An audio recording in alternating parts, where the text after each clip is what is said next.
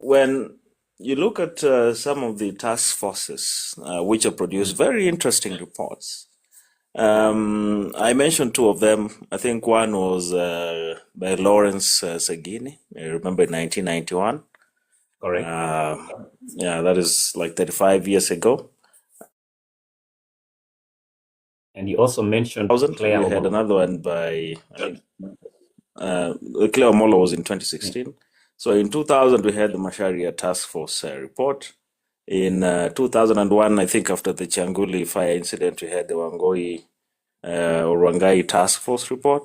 And then we go to 2008. You know, you remember, if you can recall, in 2008, we had rampant school strikes, high school strikes.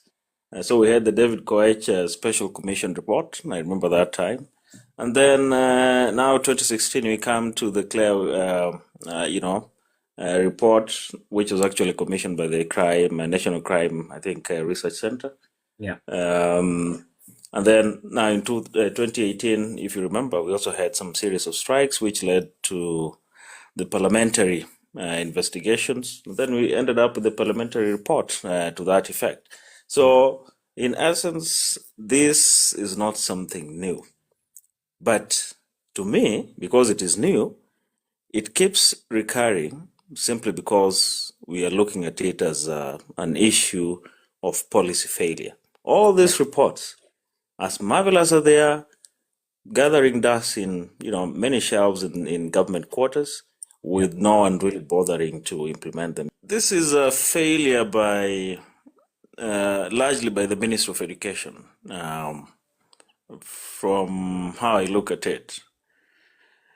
Because at the end of the day, these reports, as good as they are or as good as they sound, it is the parent ministry which is supposed to facilitate the implementation of all these reports. By doing what? They need to ensure that all these recommendations that are outlined in these, good reports, they are taken up by schools and thoroughly, implemented. And so the Ministry of Education, I mean, it has county education officers. All this, even within the counties, you have the sub-county education officials.